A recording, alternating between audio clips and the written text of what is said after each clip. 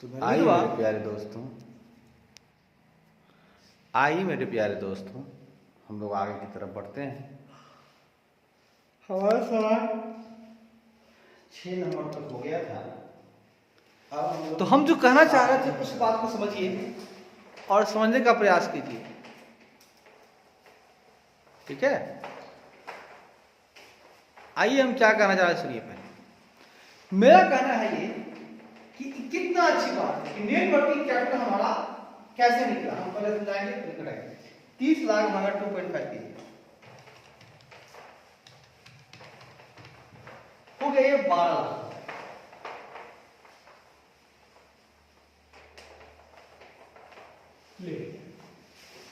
जब net working capital हमको 12 लाख हो गया तो मजा ही मजा आ गया। अब नेट वर्किंग बराबर क्या होता है सर? ये होता है current asset minus current liability बराबर हो गया आपको 12 लाख। आप लिख सकते हो करेंट एसेट बराबर 12 लाख माइनस क्या करता है मेरे दोस्त? जी हाँ, ये करेंट एसेट बराबर ऐसा होता है। करंट एसेट का मान यहाँ पर दिया हुआ है। नवंबर 2019 में पूछा गया था पूरे 5 नंबर पूछा गया सवाल करेंगे। सीए नवंबर 2019 में पूछा गया था 5 मार्क्स फ्रॉम इक्वेशन 1। वहां से इधर प्यार से समझेंगे। आगे बढ़िए। तो सी बराबर है आपका 2.5 करंट लायबिलिटीज बराबर 5 मार्क्स। 12 लाख कहता है माइनस करंट लायबिलिटीज, तो 2.5 current liabilities plus current liabilities बराबर 12 लाख। क्या वहां पर से लीजिएगा, क्यों जाएगा आपको 2.5 और 3.5 करंट लायबिलिटीज बराबर 12 लाख। ये भी सही है। तो current liabilities the following information इकट्ठा किया गया है, ठीक है?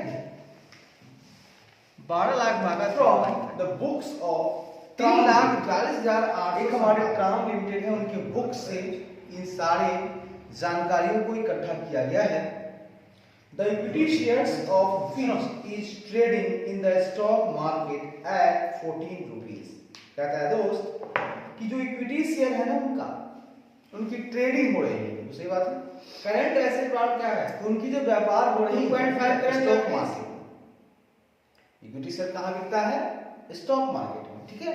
तो current asset minus current stock उनका जो बिकने को तैयार है उसकी प्राइस जो है ना मार्केट में 14 रुपए। 12 लाख अच्छा इसी कर दो, 12 लाख प्लस हो जाएगा ना करंट लायबिलिटीज।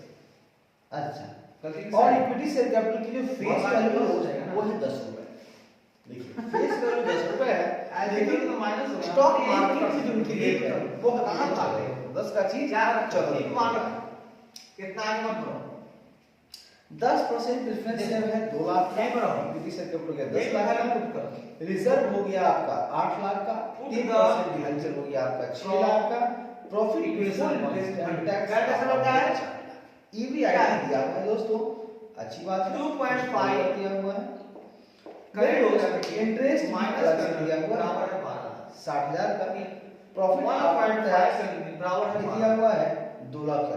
आपका ये भी सही है। करेंट लायबिलिटी आ जाएगा आपका 12 लाख भागा 1.5, ठीक है? आगे क्या दोस्तों? कैलकुलेट द फॉलोइंग 12 लाख भागा 1.5 उसकी आप ये आ गया। क्या करना भैया? कितना आ गया? पहला करना है return on capital employed. Sir हां सर, करंट लायबिलिटी आ गया। लो क्या है भैया? रिटर्न ऑन कैपिटल एम्प्लॉयड मतलब क्या हुआ? अब सर मेरे को निकालना है लास्ट में कैश बैलेंस। तो देखिए रूसी सी रूसी डी भी निकालना है, तो प्री टैक्स भी निकाल सकते हैं, पोस्ट टैक्स भी। क्या निकालना है? हो जाएगा कैश बैलेंस कैपिटल एम्प्लॉयड, ऊपर हो जाएगा ईबीआईटी या कैश बैलेंस इंटरेस्ट बटा कैपिटल एम्प्लॉयड। आप पहले ना करंट एसेट निकाल लीजिए, ठीक है? तब हम बताएंगे बैलेंस। आइए देखते हैं बात। तो उसके लिए ना सूत्र याद करना है। करंट एसेट बराबर है 2.5 रिटर्न ऑन कैपिटल जाएगा। इसका मेन मकसद यही है, बार-बार रिवीजन करने का यही है इसका। कैपिटल सूत्र याद करना भैया। सूत्र हो गया एसेट्स आपका हो जाएगा रिटर्न ऑन 2.5 गुने करंट लायबिलिटीज, तो 2.5 गुने 8 लाख कितना आ जाएगा? 8 लाख गुने 2.5 ये आ जाएगा आपका 20 लाख रुपए। लीजिए अब जब करेंट एसेट आपको निकल गया तो करेंट एसेट, ठीक है, फिक्स एसेट है क्या? नहीं है। करेंट एसेट में क्या क्या आता है सुनिए। तो करेंट एसेट में क्या क्या आता है देखिए, स्टॉक आता है, रूसी डेटर आता है और आपका टैक्स, ये बैलेंसिंग पीरियड है। पूरा आपका करेंट एसेट है कि नहीं, तो प्रीटैक्स आएगा। और पोस्ट टैक्स की बात करते हैं तो ईवीआईटी इनटू 1 मतलब टैक्स हटा कर दिए, ठीक है। ये सब मिला के होता है करेंट एसेट्स। तो आपको चाहिए करेंट एसेट कितना? 20 लाख। इसमें स्टॉक आपने निकाला है अभी कहां निकाला, स्टॉक निकाला आपने 4 लाख, खुशी की बात है। डेटर आपने निकाला है क्या? जी हाँ भाई साहब, आपने निकाला है डेटर। सर डेटर या निकाला है, डेटर आपने निकाला है 5 लाख। आप बताइए 20 लाख में से 9 लाख तो 4 हो गया, बाकी कितना बचा? 11 लाख। ये क्या है आपने? ये है क्या सब बताइए? 5 लाख है, 4 लाख है क्या? 11 लाख है। यही तो आपका कैश बैलेंस है भैया, यही आपका कैश बैलेंस आंसर निकल गया। तो पूछेगा कैश बैलेंस, तो कैश बैलेंस क्या हो गया बात कर। अब जरा सा आप मेरे प्यारे बच्चे इस बात को फोकस करेंगे और प्यार से फोकस करेंगे तो मजा आ जाएगा, खूब मजा आ जाएगा, ठीक है। देखिए हमने क्या किया, उस बात को समझिए, कहता है समझने का प्रयास किया। इसमें रूसी निकालना है आपको, अर्निंग पर शेयर हमारा कहना है कि सवाल में और आपको क्या क्या चीज था और क्या नहीं था उसको समझ के हम आपसे बात कर रहे हैं। देखिए सवाल में था क्या कि हमारे पास इक्विटी शेयर कैपिटल था, reserve and surplus to share holder fund था। हमने क्या किया, इस सवाल में निकालना है तो सवाल सबसे पहले निकालना था शेयर होल्डर फंड। तो हम जानते हैं कि शेयर होल्डर फंड बराबर होता है equity share holder fund plus preference share capital, जो कि प्रेफरेंस शेयर कैपिटल यहाँ 0 है तो यानी बताइए शेयर होल्डर फंड। अब इक्विटी शेयर होल्डर फंड बराबर होता है equity share capital plus reserve and surplus minus fixed asset. अब यहाँ पर फिक्स्ड एसेट भी 0 है तो आपको दो चीज चाहिए, equity share capital plus reserve and surplus. तो हमने लिख लिया शेयर होल्डर फंड बराबर इक्विटी शेयर कैपिटल था 10 लाख था प्लस था रिजर्व एंड सरप्लस हमारे पास नहीं है। लेकिन ठीक नीचे एक चीज और दिया हुआ है, reserve and surplus to share holder fund 0.5। हमने क्या किया, उसको रिजर्व एंड सरप्लस बटा कर दिया शेयर होल्डर फंड बराबर कर दिया 0.5 और यहां से हमने क्या कर दिया, रिजर्व एंड सरप्लस निकाल दिया। रिजर्व एंड सरप्लस बराबर होता है शेयर होल्डर फंड गुने 0.5। बस इस मान को हमने रिजर्व एंड सरप्लस में डाल दिया। तो वहां क्या था, शेयर होल्डर फंड 10 प्लस, अब हमने रिजर्व एंड सरप्लस जगह पे रख दिया 0.5 शेयर होल्डर फंड। अब क्या किया हमने, शेयर होल्डर फंड माइनस कर दिया 0.5 मार्केट प्राइस बटा अर्निंग कॉस्ट। अब हमने क्या किया, एक में से 0.5 घटा तो बच गया 0.5 शेयर होल्डर फंड बराबर है 10 लाख। अब शेयर होल्डर फंड बराबर हो गया 10 लाख का 0.5 बराबर है 20 लाख। यही पर खेल हो गया मेरा खत्म। किसका क्या काम है? दूसरी बात हमको निकालना है स्टॉक और दिया हुआ है मेरे पास स्टॉक वेलोसिटी। तो स्टॉक वेलोसिटी स्टॉक टर्नओवर का होता है उल्टा। तो टर्नओवर क्या होता है, स्टॉक टर्नओवर, तो कॉस्ट ऑफ गुड्स सोल्ड बटा होता है एवरेज स्टॉक। अब उल्टा करेंगे तो क्या हो जाएगा, स्टॉक बटा स्टॉक बटा कॉस्ट ऑफ गुड्स सोल्ड। लेकिन कॉस्ट ऑफ गुड्स सोल्ड यहां पर वेलोसिटी में पर मंथ लिया जाता है, अगर मंथ में है तो डे में है तो पर डे लेना होगा। स्टॉक बटा cost of goods sold per month और बराबर आपको दिया हुआ है 2 मंथ्स। अब इसको थोड़ा तोड़ के देख लेते हैं। तो स्टॉक बराबर हो जाएगा तिरछा गुना cost of goods sold per month गुना हो जाएगा पर मंथ के लिए 12 से भाग दे देंगे।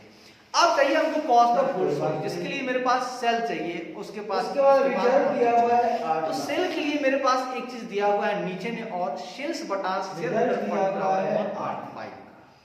अब हम क्या करेंगे, शेयर होल्डर फंड की जगह पर अच्छा, डाल देंगे, क्योंकि पहले ये जो निकाल कैपिटल लेंगे। एम्प्लॉयड है तो सेल्स बटा 20 आप लाख बताएंगे? 0.5, कैपिटल तो एम्प्लॉयड सेल्स का क्या आता है? 20 लाख गुने 0.5 यानी 5 भाई लाख। साहब जीपी रेशियो है 20%, 30 लाख का हम लोग सेल का कैपिटल 20% एम्प्लॉयड डालेंगे, को निकाल 6 लाख देंगे डालेंगे दोस्तों। तो 24 लाख बचेगा मेरा कॉस्ट ऑफ तो गुड्स। अब वहां पर स्टॉक में डाल देंगे क्या? कॉस्ट ऑफ गुड्स 24 लाख बटा कर देंगे 12 से भाग दे देंगे, परवत निकल जाएगा, मोटा-मोटी हम आएगा 4 कैपिटल लाख। एम्प्लॉयड की बात करें दोस्तों। अब आइए डेटर्स की बात करें, तो इसमें डेटर्स सारी टर्नओवर चीजें की आ बात जाती करेंगे तो डेटर्स टर्नओवर रेशियो होता है क्या आपका ये तो बता दो। क्रेडिट सेल्स नहीं है तो कितनी है? सेल को मानेंगे क्रेडिट सेल, तो क्रेडिट सेल्स कैपिटल या एम्प्लॉयड सेल्स होता क्या? बटा होता है डेटर्स तो और बराबर दिया हुआ मैं है इसे बहुत प्यार क्रेडिट मोहब्बत सेल दिया हुआ है, सेल दे से दीजिए। सेल निकाला है 30 लाख, 30 लाख कैपिटल है ना, एम्प्लॉयड का 2 रूट होता है। ऐसा कीजिए ना तिरछा गुना, ठीक है भैया? तिरछा गुना कैपिटल एम्प्लॉयड तो का डेटर्स गुना 6 बराबर हो जाएगा सेल, ठीक है ना, क्रेडिट ठीक है भैया। सेल, तो डेटर्स बराबर हो जाएगा क्रेडिट सेल्स बटा 6, तो 30 लाख एक भागा होता है 6 भैया कर देंगे, 5 liability लाख होता है मेरा डेटर। और एक होता है अब भैया चूंकि एसेट होता है। करंट एसेट अगर आप- करंट रेशियो दिया हुआ है और net working current capital turnover दिया हुआ है, इसी आइए दोनों का बात खेला करते है हैं। और अब खेल लेंगे। तो वो निकालना है करंट लायबिलिटीज, तो करंट एसेट बटा करंट लायबिलिटीज बराबर दिया हुआ है आपको, क्या दिया हुआ है 2.5, तो करंट एसेट बराबर हो जाएगा आपका 2.5 इसके करंट भैया लायबिलिटी। जो अच्छा, एक है अब liability वर्किंग कैपिटल में टर्नओवर में होता है तो क्या होगा, सेल्स बटा नेट वर्किंग कैपिटल एक बराबर दिया हुआ है liability 2.5, सेल के जगह 30 लाख, 30 लाख भागा कर देंगे liability रूट में अगर जाए बराबर हो जाएगा 2.5, क्या होना नेट चाहिए? वर्किंग कैपिटल बराबर हो जाएगा 30 अरे लाख बाबू। भागा 2.5 आ जाएगा 12 लाख रुपए। जब 12 लाख रुपए मेरा नेट वर्किंग कैपिटल आ जाएगा तो जानते हैं जैसे- कि करंट एसेट माइनस करंट जैसे लायबिलिटी नहीं मैं बात करूं तो current asset share minus holder current fund की बात मैं करूं। अब करंट एसेट के मान शेयर होल्डर तो फंड देखिए, होता क्या है भैया? ये तो क्योंकि बता पहले दो। हम जानते हैं कि करंट एसेट शेयर और होल्डर 2.5 फंड करंट लायबिलिटी, तो बस या इसको ऑनर्स रख दीजिए फंड वहां पर बोलो, इस वैल्यू या को, तो proprietors 2.5 current liability minus current जो लायबिलिटी फंड बोलना है बोलो बाबू। 1.5 करंट, क्योंकि 2.5 में से ठीक है? घट जाएगा तो share 1.5 holder current fund liability बोलो। और 12 लाख, ऑनर्स तो करंट फंड लायबिलिटी बोलो। बराबर हो जाएगा 12 लाख प्रोप्राइटर्स फंड 1.5 बोलो। 8 लाख जो करंट फंड लायबिलिटी। बोलना है बोलो। अब बस करंट एसेट बराबर होता है 2.5 करंट लायबिलिटी, तो इसका मान है 2.5 गुणे 8 लाख जाएगा 20 लाख। भैया आपको 20 लाख करंट एसेट भी आ गया और करंट लायबिलिटी आ गया मेरे पास, या आप कितना आ गया भैया? शेयर 8 लाख हो जाएगा करंट लायबिलिटी, करंट एसेट हो जाएगा 20 लाख। क्या कह सकते अब इस हो? 20 लाख में स्टॉक मेरे पास है, ये सब करंट एसेट का आइटम है, स्टॉक है, डेट और कैश, तीन आइटम। स्टॉक मेरे पास 4 लाख है, डेट मेरे पास 5 लाख है, इसका मतलब 20 लाख में अगर 9 लाख मेरा दो चीज मिल के तीसरा ही बचा हुआ, तीसरा कैश ही cash, share holder fund cash मेरा हो जाएगा 11 लाख, पूरा जोड़ेंगे तो 5 4 9 11 20 लाख। हमें करंट एसेट 20 लाख आ गया, जिसमें स्टॉक 4 लाख हो गया, डेट 5 लाख गया, बचा हुआ कैश मेरे पास 11 लाख बच गया। इस तरह से भैया हम लोगों ने इस सवाल को भी देख लिया। Fund plus long term debt हम लोग चलते हैं तो नेक्स्ट टाइम जय हिंद जय भारत। थोड़ा सा जुनून, थोड़ा सा लॉन्ग उत्साह टर्म डेट अपने अंदर एक उबाल लाना होगा, ठीक है जी। और मैं ही कहूंगा तुम मुझे वक्त दो, share holder fund plus long term continuity debt minus non trade continuity investment टूटी ना continuity minus non trade minus non trade investment minus capital work in progress minus capital work in progress.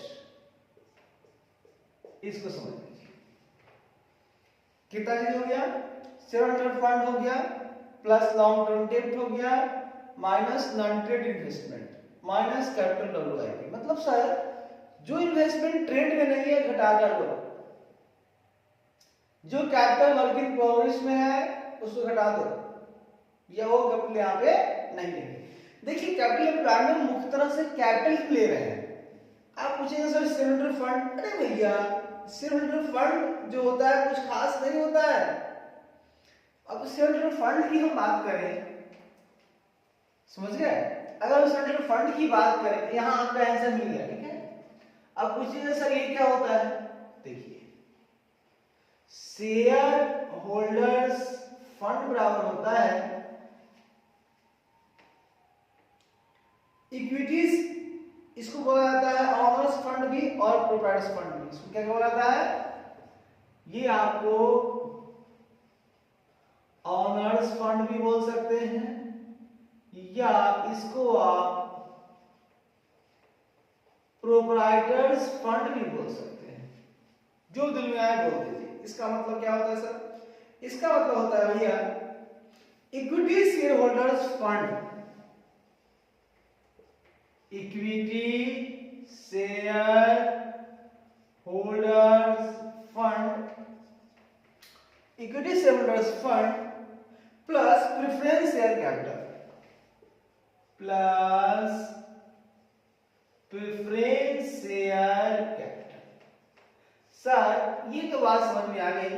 अब equity share holder fund बराबर क्या होता है? अरे बाबा ये तो आसान है, हम बार बार बोलेंगे, याद रखिएगा। इक्विटी शेयर होल्डर्स फंड बोलिए या इसे आप नेट वर्थ बोलिए, ठीक है ना।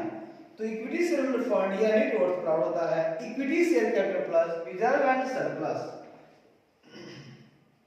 Equity share capital plus reserve and surplus. Sir minus होता है क्या कुछ?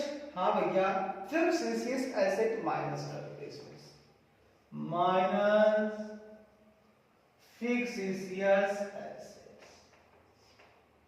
सर ये भी आ गया समझ में। तो ये लायबिलिटी रूट से अगर हम चले भैया तो क्या क्या मिला हमको समझिएगा। लायबिलिटी रूट से चलने पर हमें मिलता है सबसे पहला शेयर होल्डर फंड, ठीक है। तो कैपिटल एम्प्लॉयड बराबर हमने क्या बोला आपको? तो कैपिटल एम्प्लॉयड बराबर होता है कि शेयर होल्डर फंड होता है, उसमें हम लोग लॉन्ग टर्म डेब्ट को जोड़ देते हैं और नॉन ट्रेड इन्वेस्टमेंट को घटा देते हैं और कैपिटल वर्क इन प्रोग्रेस को घटा देते हैं, तो हमारा मिलता है कैपिटल एम्प्लॉयड। रट लीजिए भैया, क्या करना है?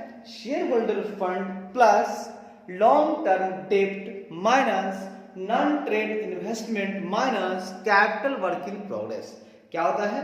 Share holder fund plus long term डेब्ट, share holder fund plus long term डेब्ट minus non trade investment minus capital work in progress. ठीक है दोस्त, share holder fund plus long term डेब्ट minus non trade investment minus capital work in progress, ये हो जाता है आपका कैपिटल एम्प्लॉयड। अब सर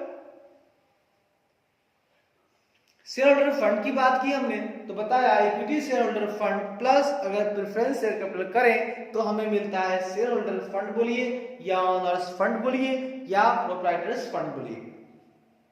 वहीं पर अगर इक्विटी शेयर होल्डर फंड निकालना हो तो इक्विटी शेयर होल्डर फंड को हम लोग नेट वर्थ भी बोलते हैं और इसका मतलब होता है equity share capital plus reserve and surplus minus fictitious asset. बढ़िया है, अच्छा सर। अब हम लोग एसेट रूट से अगर चले तो कोई दिक्कत नहीं है। आइए एसेट रूट से अगर हम लोग चलते हैं दोस्त, ये हमारा हो गया लायबिलिटी रूट। अगर हम लोग चलते हैं एसेट रूट से तो होगा कैपिटल एम्प्लॉयड बराबर यही है दोस्त, ठीक है। होगा fix asset plus long term trade investment, fix asset plus long term trade investment, ठीक है। और माइनस करेंगे इसमें से हम लोग, माइनस नहीं करना दोस्त, plus working capital, working capital. तो ध्यान रखिएगा, अगर हम लोग एसेट रूट से चलते हैं दोस्तों, तो एसेट रूट से चलने पर हमको मिलेगा कैपिटल एम्प्लॉयड, बिल्कुल मिलेगा। और उस कैपिटल एम्प्लॉयड को निकालने के लिए हमें करना क्या होगा? फिक्स एसेट ले लेना होगा। उस फिक्स एसेट में हम लोगों को लॉन्ग टर्म ट्रेड इन्वेस्टमेंट को जोड़ देना होगा और वर्किंग कैपिटल को भी जोड़ देना होगा, ठीक है ना। Fix asset plus long term trade investment plus working capital, क्या क्या भैया? Fixed assets plus long term trade investment plus working capital.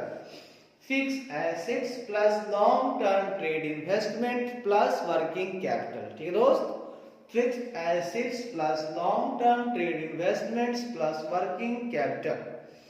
Fixed assets plus long term trade investment plus working capital. Fixed assets plus long term trade investment plus working capital. Fixed assets plus long term trade investment plus working capital.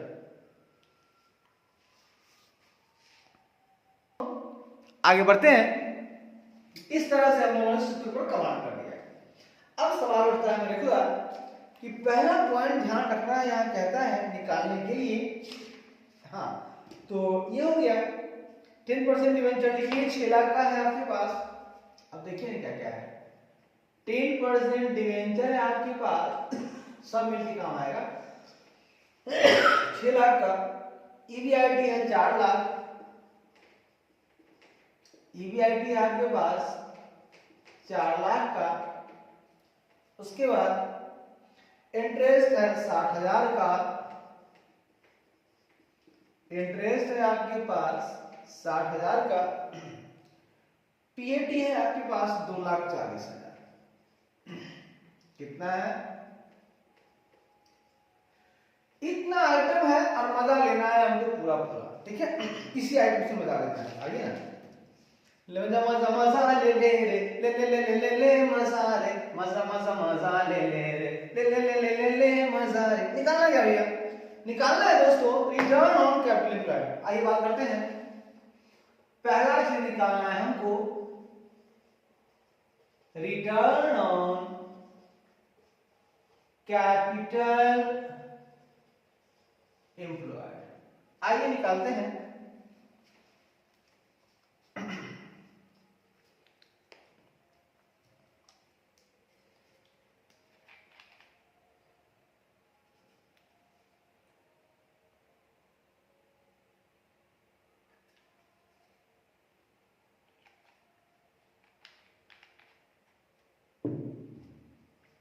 Return on capital employed निकालने की बात हो तो दो चीज है, एक तो है ईबीआईटी और एक है ईबीआईटी इनटू 1 - p, जो दिल में आए कर लो। प्री टैक्स निकालना है तो नीचे सभी का रहेगा। अगर प्री टैक्स की बात हो रही है या पोस्ट टैक्स की बात हो रही है, प्री टैक्स में ऊपर में लेंगे ईबीआईटी और इसमें ऊपर में लेंगे ईबीआईटी इनटू 1 - p, ठीक है, ये अंतर है। तो हम अभी प्री टैक्स के हिसाब चल रहे हैं। कुछ ना कहे सवाल, अगर कुछ ना कहे तो आपको लेना है प्री टैक्स, बात ठीक है। कुछ न कहे जो सवाल तो प्री टैक्स ही लेना। तो प्री टैक्स क्या होता है? ईबीआईटी बटा कैपिटल एम्प्लॉयड बटा कैपिटल एम्प्लॉयड गुणा 100। भैया ये 100% में निकलेगा, परसेंट में निकलेगा। क्या होगा? ईबीआईटी बटा कैपिटल एम्प्लॉयड गुणा 100। ईबीआईटी बटा कैपिटल एम्प्लॉयड गुणा 100। ईबीआईटी बटा कैपिटल एम्प्लॉयड गुणा 100। ईबीआईटी बटा कैपिटल एम्प्लॉयड गुणा 100। ये आपका सूत्र हो गया, कोई दिक्कत वाली बात नहीं सर मुझे निकालना है कैपिटल एम्प्लॉयड। तो आइए निकालते हैं। देखिए कैपिटल एम्प्लॉयड हम यहां से लेंगे, ठीक है। मेरे पास है लायबिलिटी रूट है, कोई दिक्कत नो सर।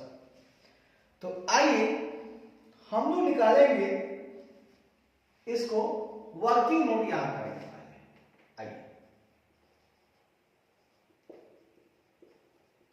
हमको निकालना है कैपिटल एम्प्लॉयड। हम चलेंगे दोस्त लायबिलिटी रूट से चलते हैं, ठीक है। किस रूट से चलना है भैया?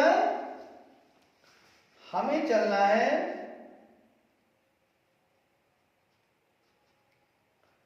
लायबिलिटी रूट से। अगर हम लायबिलिटी रूट से चलते हैं दोस्त तो हमको चाहिए क्या क्या?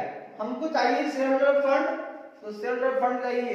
सबसे नीचे आओ दोस्त, ये चीज चाहिए क्योंकि ये यहां है और ये वाला चीज यहां है, मतलब मोटा मोटी ये पूरा तो चाहिए ही चाहिए, ये पूरा तो चाहिए प्लस ये भी चाहिए, मतलब ये पूरा चाहिए, चाहिए ही चाहिए, चाहिए ही चाहिए, पूरा चाहिए, चाहिए ही चाहिए, पूरा चाहिए। तो भैया सबसे पहले हमको चाहिए क्या, इक्विटी, मतलब सूत्र पूरा लिखना, ठीक है। अब चूंकि देखो ये चीज इसमें घुसा हुआ है और ये यहां घुसा हुआ है, मतलब ये हमको चाहिए, ये चाहिए तो ये दोनों चाहिए, और ये दोनों चाहिए, ये भी चाहिए, तो ये और ये चाहिए, इसका ये है, ये मतलब पूरा चाहिए बाबा, चाहिए चाहिए, चाहिए चाहिए, पूरा चाहिए। तो सबसे पहले इक्विटी शेयर कैपिटल तेरे पास है क्या? हाँ बाबा, तो ले ले इक्विटी शेयर कैपिटल, ले इक्विटी शेयर कैपिटल कितना भी है सर? ये तो पूरे के पूरे 2 लाख नहीं 10 लाख रुपए, लिख लो, ये पूरे आपके पास आ गए 10 लाख रुपए। जो सर रिजर्व एंड सरप्लस भी चाहिए मेरे को, क्या है तेरे पास? हाँ है, लिख ले बेटा, प्लस रिजर्व कितना है? 2 लाख। अच्छा उसके बाद सर मेरे को चाहिए फिक्सियस एसेट घटाने के लिए, है क्या? नहीं सर। अच्छा नहीं है, हटा। सर मेरे को प्रेफरेंस शेयर कैपिटल चाहिए, है क्या? बिल्कुल है सर, लिख लो preference share capital plus preference share capital कितना भैया? सर ये है मेरे पास 2 लाख रुपए। कोई दिक्कत? भैया दिक्कत क्या को, ले भैया 2 लाख ले लिए। रिजर्व था 8 लाख भैया, प्रेफरेंस 2 था और रिजर्व 8 था, ठीक है सर। उसके बाद मेरे को चाहिए लॉन्ग टर्म डेब्ट, अरे है ना 10% डिवेंचर लॉन्ग टर्म डेब्ट ही तो है, तो प्लस कर लेंगे डिवेंचर 6 लाख।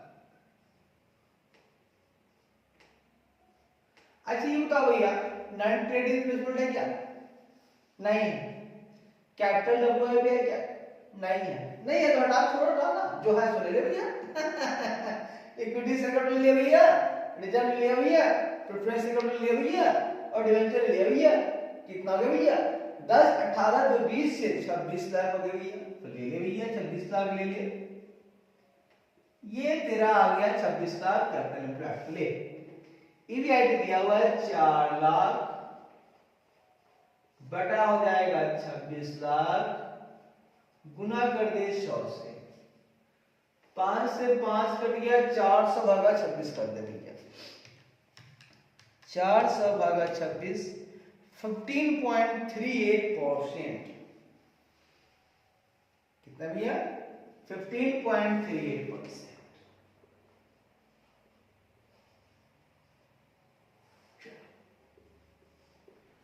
अब निकालना है भैया हमको अर्निंग पर शेयर।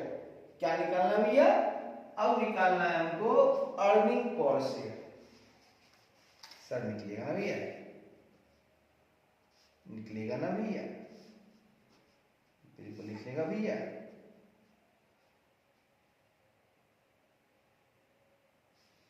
बिल्कुल अर्निंग पर शेयर।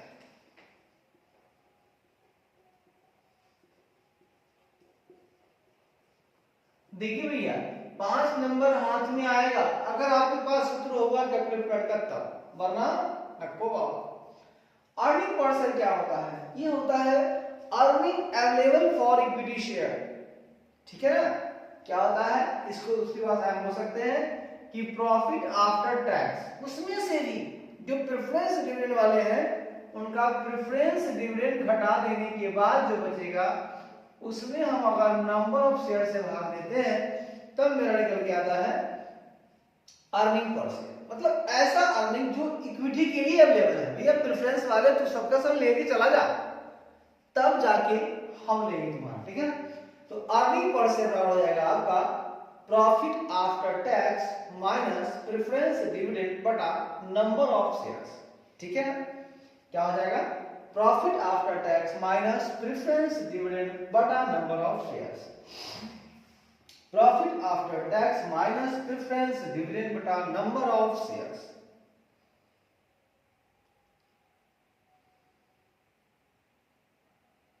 ठीक है। तो सर पीरियड दिया हुआ है क्या? हाँ भैया पीरियड दिया हुआ है 2,40,000। प्रॉफिट आफ्टर टैक्स कितना दिया हुआ है? 2,40,000। इसमें से डिविडेंड की बात अगर मैं करूं तो डिविडेंड कितना होना चाहिए? देखिए आपकी सवाल में दिया हुआ है 10% प्रेफरेंस है। कहां गया प्रेफरेंस है? ये 10% है।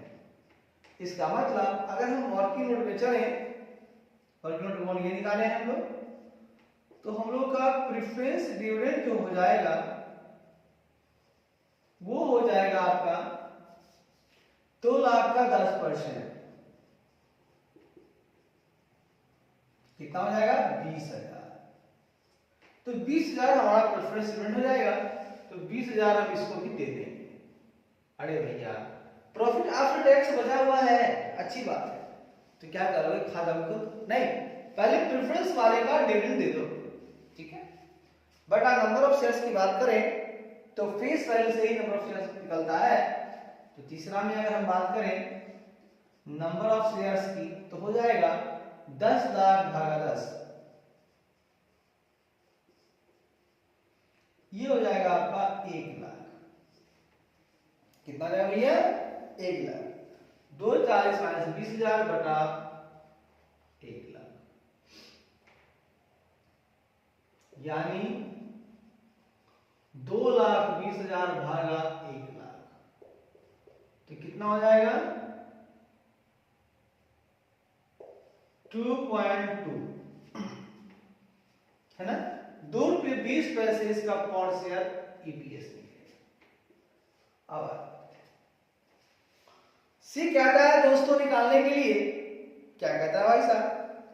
तो सी कहता है मेरे दोस्त निकालने के लिए, ये कहता है प्राइस अर्निंग रेशियो निकालने के लिए। निकाल देंगे, क्या कहता है?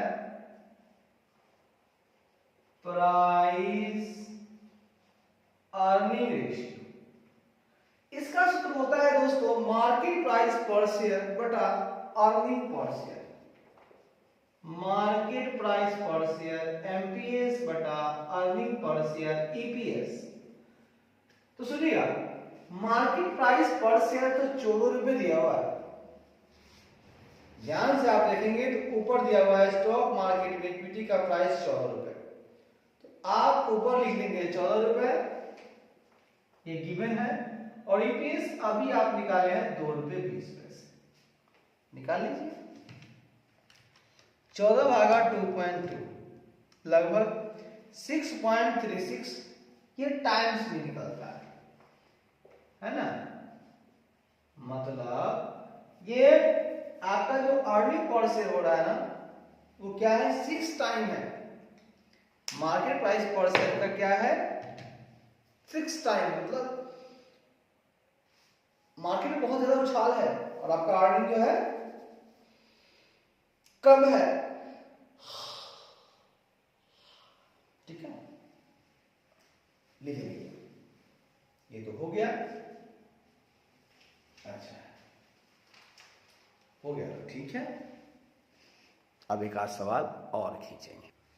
आइए दोस्तों आइए, अब हमारा अगला सवाल है,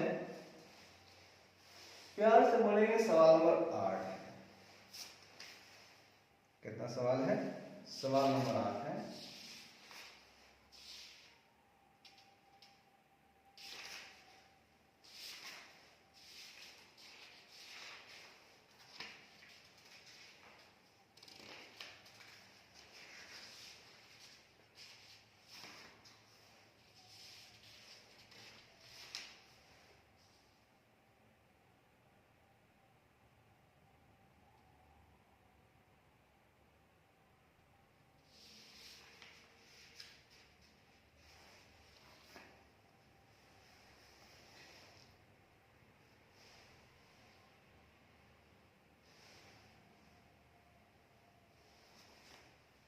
आइए देखते हैं। सर, हाँ सर, ये सवाल पूछा गया है आपको नवंबर 2020 में 5 मार्च के लिए। सर बहुत अच्छी बात है, क्यों नहीं, क्यों नहीं।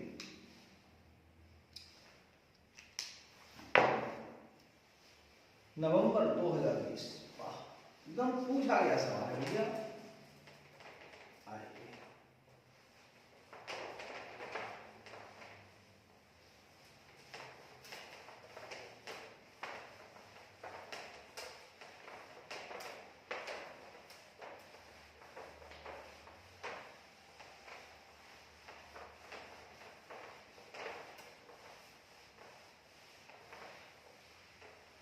आइए,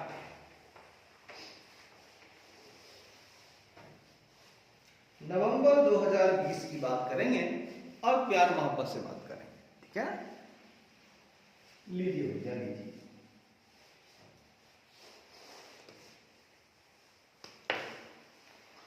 नवंबर 2020 का है ये, 5 मार्च का है। सर सवाल समझिएगा। देख भैया, सवाल कहता है कि following information relates to RM company limited. एक हमारे आरएम कंपनी है, उनके लेकर के इंफॉर्मेशन दिया हुआ है। कहता है कि टोटल एसेट एम्प्लॉयड आपके पास है 10 लाख रुपए। जो टोटल एसेट आपने लगाया है वो 10 लाख का लगाया है।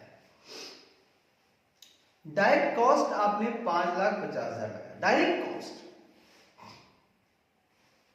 इनडायरेक्ट नहीं, डायरेक्ट, इसको फिक्स आप कह सकते हो। उसके बाद दोस्तों, अदर ऑपरेटिंग कॉस्ट 90,000 आपने लगाया। चलो भाई, ये भी सही है। कहता है the goods will sold to customer at 150% of the direct cost. जो आपका डायरेक्ट कॉस्ट लगता है ना, उसका 150% जो है ना, वो आपका क्या है, गुड्स आप बेचते हो, तो हमको सेल यहां से निकल जाता है। सेल क्या है भैया? सेल है 150% of direct cost, 150% of direct cost. और सवाल में हमको दिया हुआ है total asset employed. Total assets employed आपका दिया हुआ है 10 लाख रुपए दिया हुआ है, ठीक है। और डायरेक्ट कॉस्ट 5,50,000 दिया हुआ है, ठीक है। और अदर ऑपरेटिंग कॉस्ट 90,000 दिया हुआ है। अदर ऑपरेटिंग कॉस्ट आपका 90,000 दिया हुआ है। 3 चीज दिया हुआ है। तो 150% अगर हम कर देते हैं सेल का, डायरेक्ट कॉस्ट का, तो 5,50,000 का 150% निकाल लीजिए, आपका सेल निकल जाएगा। 5,50,000 का 150% यानी 8,25,000। कोई दिक्कत, कोई टेंशन? कायला हो गई, ले भैया, एक पॉइंट यहां निकल। दूसरा कहता है दोस्तों 50% of the assets being financed by borrowed capital. मतलब जो आपके पास टोटल एसेट है ना,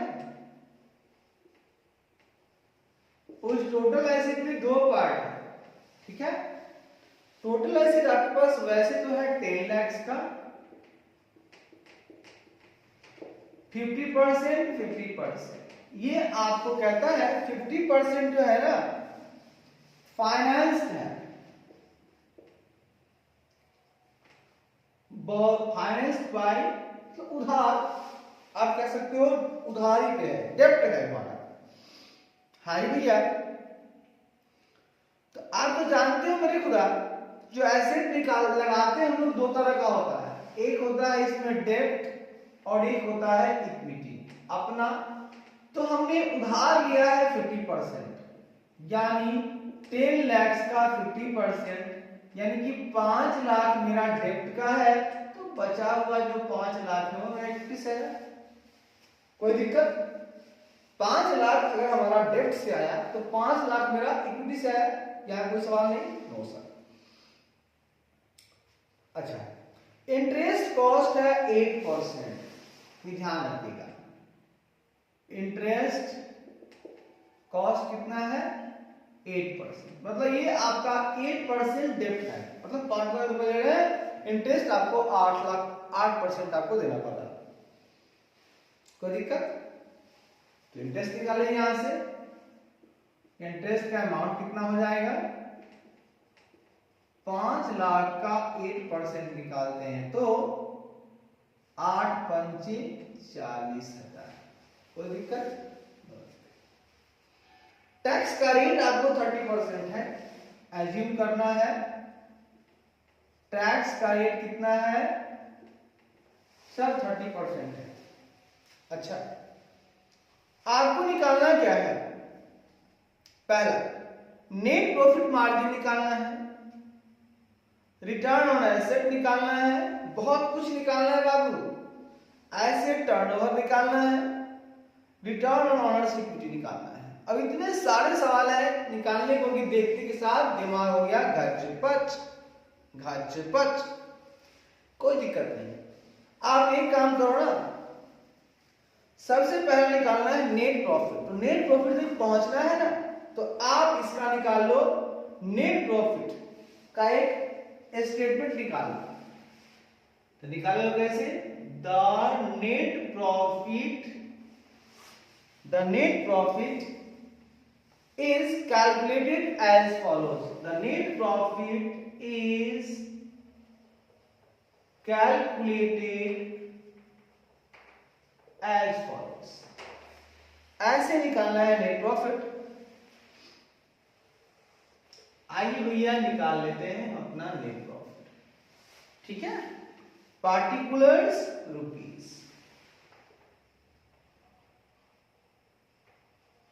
पार्टिकुलर्स रुपीस। सबसे ऊपर आप दोगे सेल्स रेवेन्यू, जो आप निकाल करके लाए हो दोस्तों, सेल्स रेवेन्यू वो दे दो 8,25,000। सेल्स रेवेन्यू आपको हो रहा है 8,25,000। इसमें से आप घटा दो डायरेक्ट कॉस्ट, मतलब खर्चा। खर्चा आपका हो रहा है मेरे खुदा 5,50,000। जब डायरेक्ट कॉस्ट घटा दोगे तो आपको निकल के आएगा ग्रॉस प्रॉफिट। क्या निकल के आएगा दोस्तों? सेल में से जब हम लोग कॉस्ट घटाएंगे, लागत लगा, डायरेक्ट यही सब लागत है। डायरेक्ट कॉस्ट में क्या आता है रे बाबू? डायरेक्ट कॉस्ट में सब कुछ आता है, रॉ मटेरियल खरीदते हो, वेजेस खरीदते हो, लगाते हो, इसी के क्या आता है?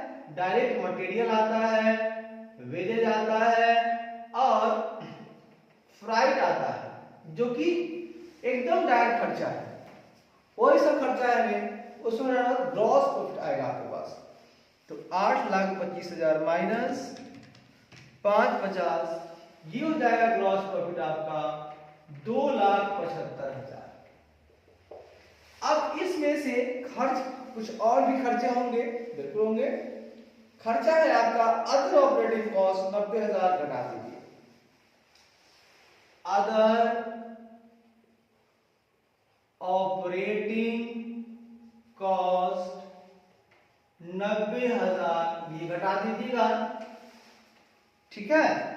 जब अदर ऑपरेटिंग कॉस्ट घटा दीजिएगा तो आपका आएगा earning before interest and tax, ठीक है? क्या आ जाएगा?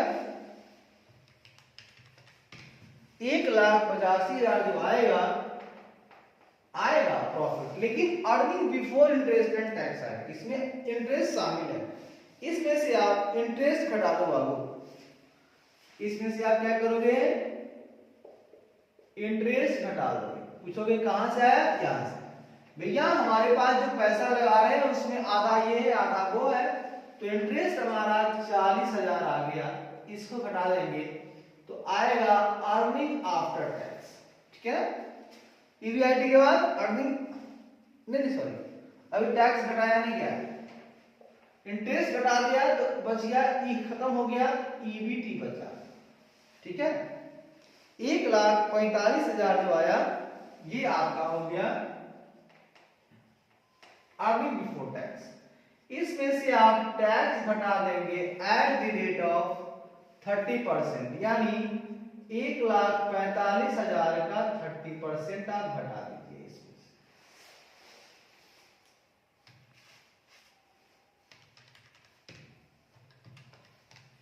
43,500 और घटा दीजिए आप, ये आ जाएगा आपका प्रॉफिट आफ्टर टैक्स या अर्निंग आफ्टर टैक्स, जो बोलना चाहते हो बोलो, खुशी खुशी बोलो।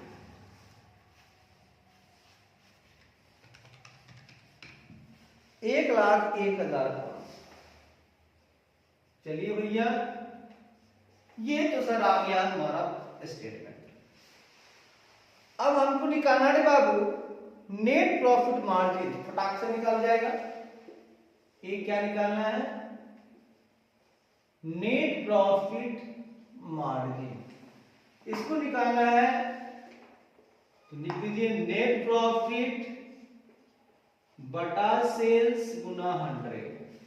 नेट प्रॉफिट है आपका 1,01,500, सेल है आपका 8,25,000, गुना कर दीजिए 100। ठीक है, 10 15 0 भागा 825, ये आ जाएगा 12.30%। कितना आ जाएगा? 12.30%। बी में अगर हम चलें तो बात करते हैं, तो बी का निकालना हमको है रिटर्न ऑन एसेट। क्या निकालना है? Return on assets. एसेट पे क्या रिटर्न आ रहा है? तो ये बाबू ये तो बताओ कि रिटर्न एसेट पे निकालना है ना, तो याद रखना ईवीआईटी इंटू 1 माइनस टी कर देगा। ठीक है ना,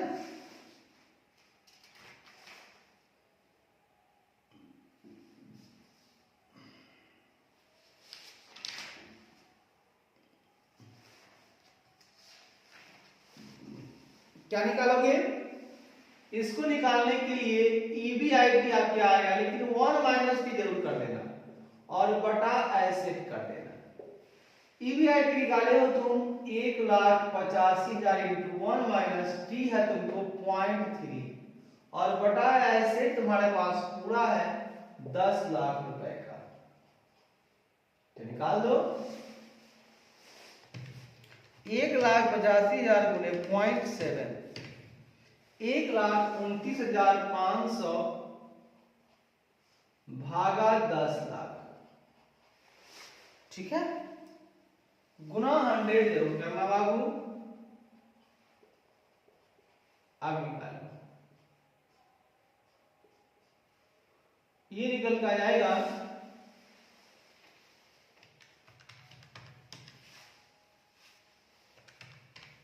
12.95% आंसर आ जाएगा। कोई दिक्कत नहीं। सी कहता है निकालने के लिए दोस्तों एसेट टर्नओवर। क्या निकालना है दोस्तों? Asset turnover ratio. टर्नओवर ऊपर बीच में टूटा था तो एसेट घुमाते कुछ नहीं है तो ऊपर टर्नओवर बटा एसेट, यानी कि सेल्स बटा टोटल एसेट्स। क्या निकालोगे? सेल्स बटा टोटल एसेट्स। सेल्स दिया हुआ है 8,85,000 और टोटल एसेट है आपके पास 10 लाख का। कोई दिक्कत? No sir.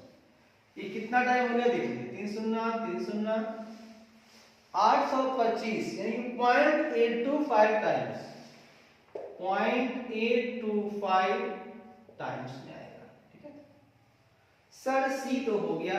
डी में निकालना है आपको return on owners equity. Return on owners equity ये आपका अर्निंग आफ्टर टैक्स से निकलेगा, ध्यान रखिएगा। कैसे निकलेगा? अर्निंग आफ्टर टैक्स बटे इक्विटी फंड। अब ठीक है सर, इक्विटी फंड में क्या क्या आएगा? देख बेटा देख, इक्विटी फंड का मतलब बहुत चीजें हैं जो पहले हमने बताई आपको। तो इक्विटी फंड जो है उसमें इक्विटी की बात करें तो इक्विटी से मेरे पास पैसा कितना आ रहा है? 5 लाख रुपया, ठीक है ना। ये हो जाएगा 1,01,500 भागा 5 लाख गुना 100, 2 शून्य 2 शून्य 2 शून्य 2 शून्य, 10 15 भागा 50, ये हो गया 20.3%। कोई डाउट कोई प्रॉब्लम तो बताइएगा। 20.3% आपका आंसर यहां से निकल जाएगा। इस तरह से हम लोगों ने 8वां सवाल बना लिया। कहीं कोई दिक्कत, कहीं कोई डाउट? No sir. तो बढ़िया है सर, अच्छा है। इस सवाल में हमने क्या सीखा? हमने सीखा इस सवाल में 3 चीज निकालनी थी। नेट प्रॉफिट मार्जिन, 4 चीज sorry, return on asset, asset turnover, फिर रिटर्न ऑन ऑनर्स इक्विटी। तो सबका सूत्र है नेट प्रॉफिट मार्जिन होता है नेट प्रॉफिट बटा sales into 100। Return on asset का मतलब होता है ईबीआईटी इनटू y माइनस t बटा टोटल एसेट। एसेट टर्नओवर होता है सेल्स बटा टोटल एसेट्स। और रिटर्न ऑन ऑनर्स इक्विटी होता है अर्निंग आफ्टर टैक्स बटा इक्विटी फंड गुना 100। अब सबसे पहले मेरे को निकालना था ईएटी, तो सेल था, हमने डायरेक्ट कॉस्ट घटा लिया उसमें से। चाहे वो डायरेक्ट कॉस्ट क्या होता है? मटेरियल वेजेस, ये सब होता है, फ्राइट वगैरह। घटाने के बाद आया हमको ग्रॉस प्रॉफिट, उसमें से हमने घटा दिया अदर ऑपरेटिंग कॉस्ट, कुछ भी था जो भी ऑपरेटिंग कॉस्ट था हमने घटा दिया। अब मेरे पास मिला earning before interest and tax, EBIT मिल गया, उसमें से हमने इंटरेस्ट घटा दिया, मिला अर्निंग बिफोर टैक्स, उसमें टैक्स घटा दिया, अर्निंग आफ्टर टैक्स। इंटरेस्ट कैसे निकाला? तो यार डेब्ट जो था ना, टोटल एसेट में 2 पार्ट था, एक इक्विटी से आया था, कुछ डेब्ट से आया था। 50% डेब्ट से आया था, 50% इक्विटी से। उसी डेब्ट पर ना 8% इंटरेस्ट था, उनको 40,000 इंटरेस्ट देना पड़ रहा था, वो घटा निकालिए 5 लाख का 8%। बढ़िया है, अच्छा है। इस तरह से हम लोगों ने इस सवाल को भी देख लिया। चलिए 8वें सवाल के बाद हम लोग चलते हैं अपने 9वें सवाल की तरफ। अच्छा भी है और उम्दा भी है। क्या है भैया? अच्छा भी है और उम्दा भी है। ठीक है,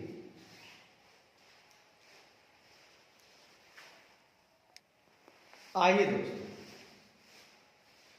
सिलसिला को आगे बढ़ाते हुए अब हम चलेंगे क्वेश्चन नंबर यहां ये नंबर 8 हो गया था, ठीक है, ये आपका 8 नंबर हो गया था। चलिए लिख लीजिएगा 8 नंबर। अब हम लोग चलेंगे क्वेश्चन नंबर 9।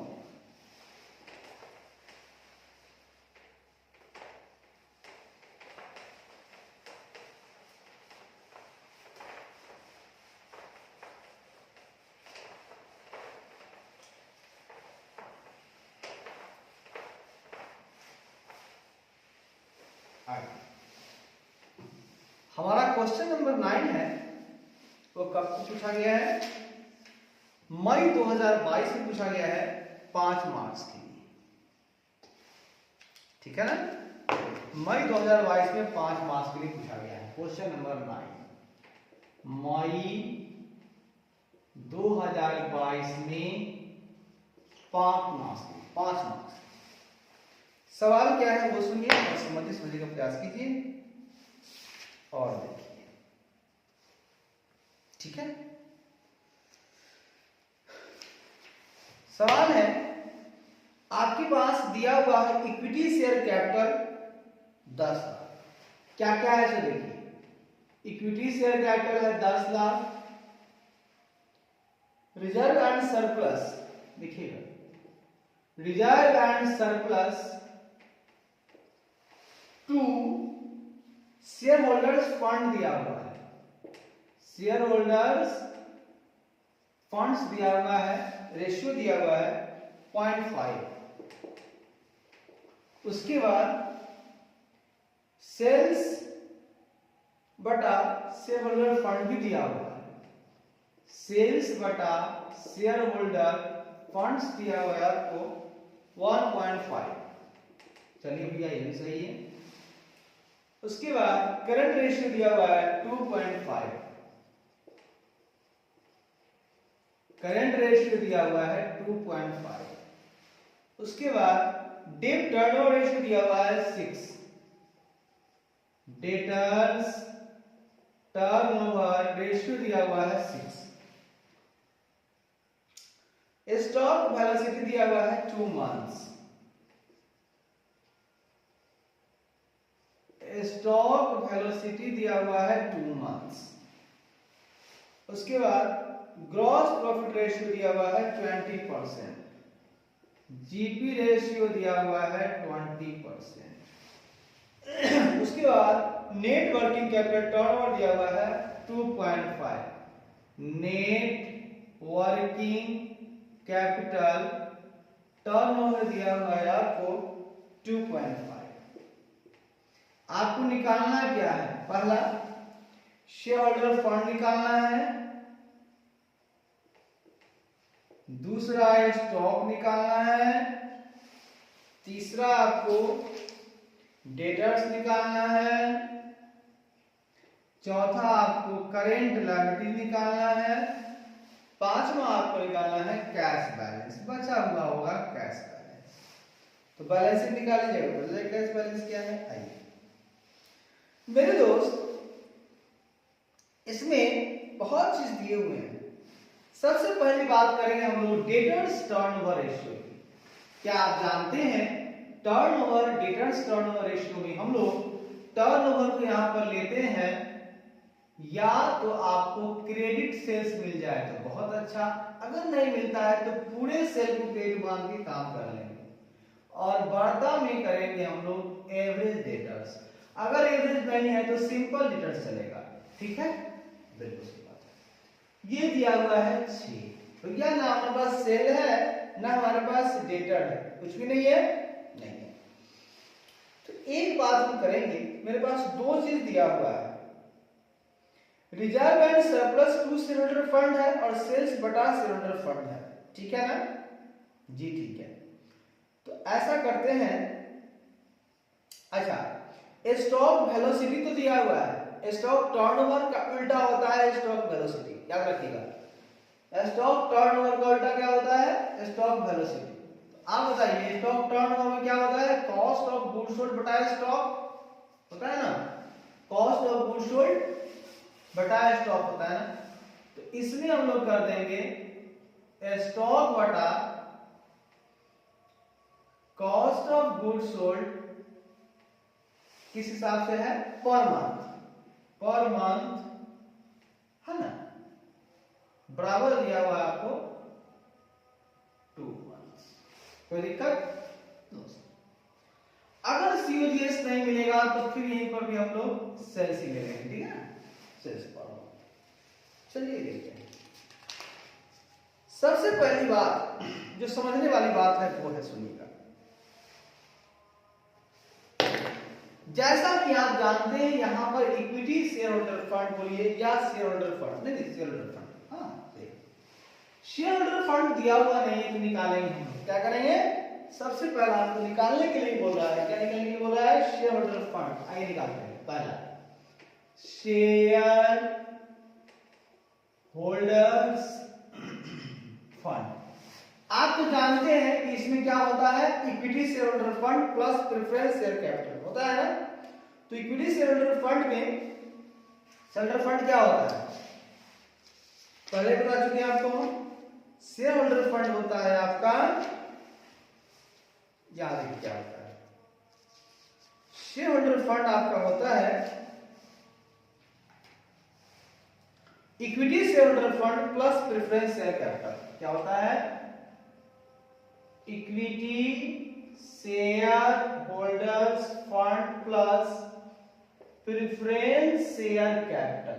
जैसा कि इसमें जीरो है, क्या है नहीं, ये हमको निकालना है। तो इक्विटी शेयर फंड में क्या क्या आता है, इसमें आता है आपका equity share capital plus reserve and surplus minus fictitious asset, जो कि यहां पर जीरो है। पता है ना क्या होता है, equity share capital reserve minus fictitious asset, जो कि यहां पर जीरो है। ये तो चीजें हमको, इक्विटी शेयर कैपिटल दिया हुआ है 10 लाख रुपए ले लीजिए आप, और प्लस भैया रिजर्व एंड सरप्लस की बात मैं करूं तो रिजर्व एंड सरप्लस तो ये नहीं है, प्लस रिजर्व एंड सरप्लस। एक बात बताइएगा, क्या sir, reserve and surplus to share holder fund दिया हुआ है 0.50, ये मेरे काम का है। देखिए इसे कैसे निकालते हैं। अगर इसको हम करें तो ऐसे होगा, रिजर्व एंड सरप्लस बटा शेयर होल्डर्स फंड, ये किसके बराबर है, ये है आपका शेयर होल्डर्स फंड बराबर, ठीक है ना, बराबर कर सकते हैं 0.5। इसको और अगर हम आगे बढ़ें इसको, तो क्या लिख सकते हैं, शेयर होल्डर्स फंड गुने 0.50 बराबर रिजर्व एंड सरप्लस। इसको एक क्वेश्चन मान लीजिए, क्या आप रिजर्व एंड सरप्लस की जगह पर ये बात रख सकते हैं? हाँ जी हाँ बिल्कुल रख सकते हैं सर। आगे बढ़िए, और शेयर होल्डर्स फंड बराबर 10 लाख माइनस, आप रिजर्व एंड सरप्लस की जगह ये रखिए 0.50 गुना शेयर होल्डर्स फंड। आगे बढ़िए, तो share holders fund minus 0.5 share holders fund बराबर हो जाएगा आपका 10 लाख। अगर 0.5 एक शेयर होल्डर फंड में से 0.5 बच जाएगा कितना, 0.5 शेयर होल्डर्स फंड बराबर 10 लाख। यहां से हम निकाल लेंगे आपका शेयर होल्डर्स फंड हो जाएगा आपका 10 लाख भागा 0.5, देखिएगा 10 लाख भागा 0.5 आ गया आपका टोटल 20 लाख रुपए। कोई दिक्कत? मेरे खुदा, हमने क्या किया इस सवाल में सुनिएगा। सबसे पहले हमने क्या किया कि मेरे पास इक्विटी शेयर कैपिटल दिया हुआ था 10 lakh, reserve to share holder fund दिया हुआ था 0.50, सेल्स बटा शेयर होल्डर फंड दिया हुआ था 1.5, करंट रेशियो दिया हुआ था 2.5, डेटर्स टर्नओवर रेशियो दिया हुआ था 6, स्टॉक वेलोसिटी दिया था 2 मंथ्स, जीपी रेशियो दिया था 20%, नेट वर्किंग कैपिटल टर्नओवर दिया था 2.5, ये सब दिया हुआ था। हमने क्या किया, मजे मजे में मजा ले लिया। हमने reserve and surplus to share holder fund जो 0.5 था, वहां से हमने क्या किया, रिजर्व एंड सरप्लस बटा शेयर होल्डर फंड बराबर कर दिया 0.5 और तिरछा गुना शेयर होल्डर फंड गुने 0.5 बराबर रिजर्व एंड सरप्लस। तो रिजर्व एंड सरप्लस का मान ले लिया और हमको निकालना था शेयर होल्डर फंड, तो बराबर होता है equity share holder fund, equity share holder fund plus preference share capital. अब फंड का मतलब होता है equity share capital plus reserve and surplus minus fixes asset. तो हमारे पास फिक्सेस एसेट भी जीरो है, प्रेफरेंस शेयर कैपिटल भी जीरो था, ठीक वहां पर। तो बस हमको दो चीज चाहिए था, equity share capital plus reserve and surplus, जो कि रिजर्व एंड सरप्लस का मान हमने निकाल लिया था 0.5 शेयर होल्डर फंड। तो शेयर होल्डर फंड बराबर हो जाएगा 10 लाख माइनस, हाँ माइनस कैसे होगा यार, 10 लाख प्लस था ना, ये 10 लाख प्लस था ना,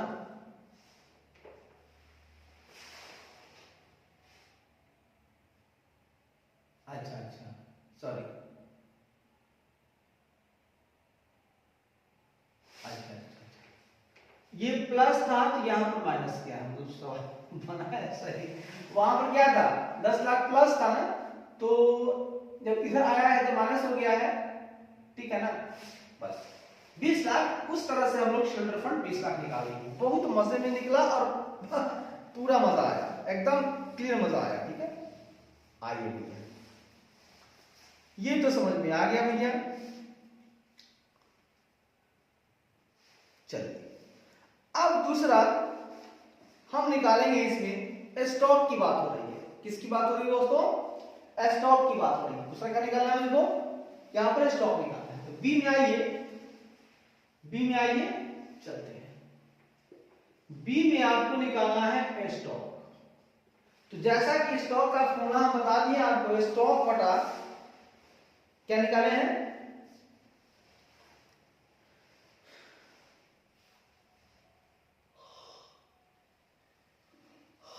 अच्छा, तो स्टॉक वेलोसिटी का मतलब तो निकाल लिए। अब स्टॉक बराबर हो जाएगा आपको सीओजीएस बोलिए या सेल्स बोलिए, जो सीओजीएस पर मंथ का मतलब होता है कि अगर हम इसको 12 से भाग दे देंगे, है ना, पर मंथ का मतलब cost of goods sold per month का मतलब 12 से इसको हम भाग देंगे तो मेरा काम हो जाएगा। और गुना कर दीजिए आप 2, कितना गुना होगा ना? सीओजीएस भागा 12 गुना 2। अब भैया सीओजीएस तो मेरे को पता नहीं है बाबा, सीओजीएस नहीं पता है। तो नहीं पता है तो एक काम करो ना, यहां से निकालो सीओजीएस। ये लो, एक यहां पर ट्रिक देखो कैसे करते हैं। इसको निकालने के लिए नोट में आइए। सबसे पहले आप करिए, आप निकालिए सेल्स बटा शेयर होल्डर्स फंड बराबर है 1.5 और शेयर फंड चूंकि निकल गया है मेरा काम हो जाएगा बटा 20 लाख 1.5 और सेल्स बराबर हो जाएगा आपका 20 लाख गुने 1.5। कितना है देखिए, 20 लाख गुने 1.5 निकालते हैं, ये आता है आपको 30 लाख रुपए। जब शेयर आ गया 30 लाख, जीपी क्या है? जीपी रेशियो दिया हुआ है, तो जीपी रेशियो होता है ग्रॉस प्रॉफिट बटा सेल्स गुना 100। ठीक है, तो जीपी तो नहीं पता है, सेल्स पता है 30 लाख गुना है 100, जीपी रेशियो दिया हुआ है भैया 20%। ठीक है, तो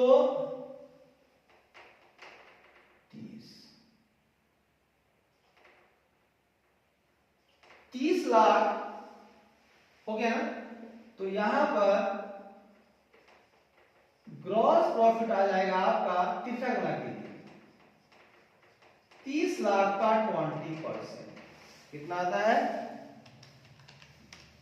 6 लाख रुपया आ गया ग्रॉस प्रॉफिट। जब 6 लाख ग्रॉस प्रॉफिट आ गया तो कॉस्ट ऑफ गुड सोल्ड हो जाएगा दोस्त सेल्स माइनस जीपी। सेल्स आपके पास है 30 लाख माइनस 6 लाख, तो हो जाएगा आपका 24 लाख। बहुत बढ़िया भैया, बहुत उम्दा भैया।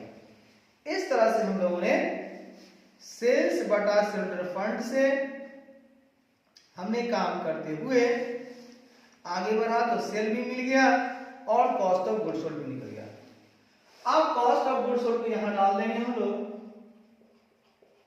24 लाख भागा 12 गुने 2, ये हो जाएगा आपका 4 लाख। सर स्टॉक में निकल गया मेरा 4 लाख। ठीक सर, सी हमको निकालना है डेटर।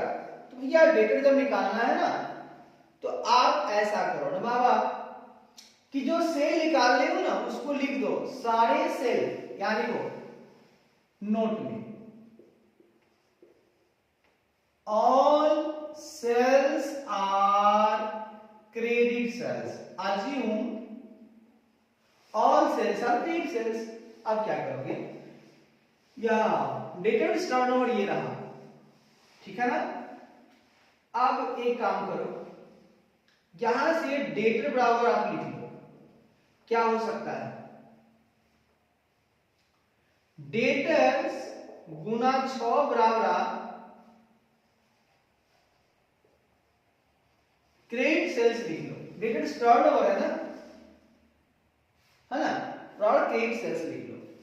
तो अब आप क्या कर सकते हो, और डेटर्स बराबर क्रेडिट सेल्स बटा 6 लिख सकते हो, बिल्कुल सही बात है। क्रेडिट सेल हम पूरे को मान लिए हैं, तो 30 लाख भागा 6 लाख करेंगे तो मेरे को 5 लाख आ जाएगा डेटर। तो ये भी मजेदार है, बहुत मजा आ गया। अब बहुत मजा आ गया तो डी में आ जाओ, बहुत मजा आ गया तो डी में आ जाओ। डी निकालना है तेरे को करंट लायबिलिटीज, और तेरे को पता है करंट रेशियो क्या है, करंट रेशियो भी पता है और नेट वर्किंग कैपिटल टर्नओवर भी पता है। अब इन दोनों को मिला मिला के हम मौज ही मौज लेंगे।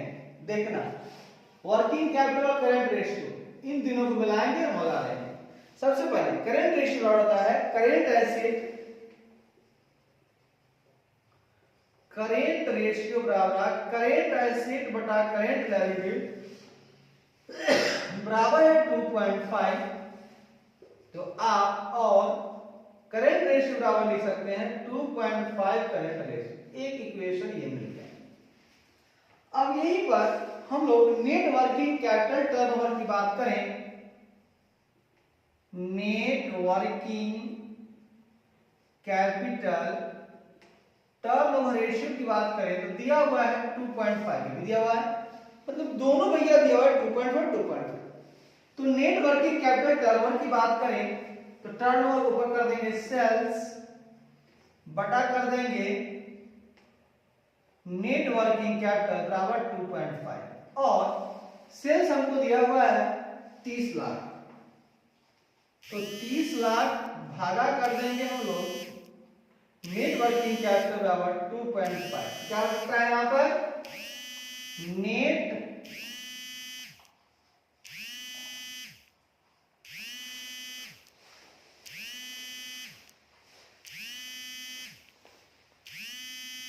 आइए दोस्तों, तो हम लोग यहां पर net working capital turnover ratio की बात है जो 2.5 यहां पर हम लोग ले लिए, ठीक है ना। तो सेल्स बटा नेट वर्किंग कैपिटल बराबर 2.5 हो गया आपके पास, ठीक है।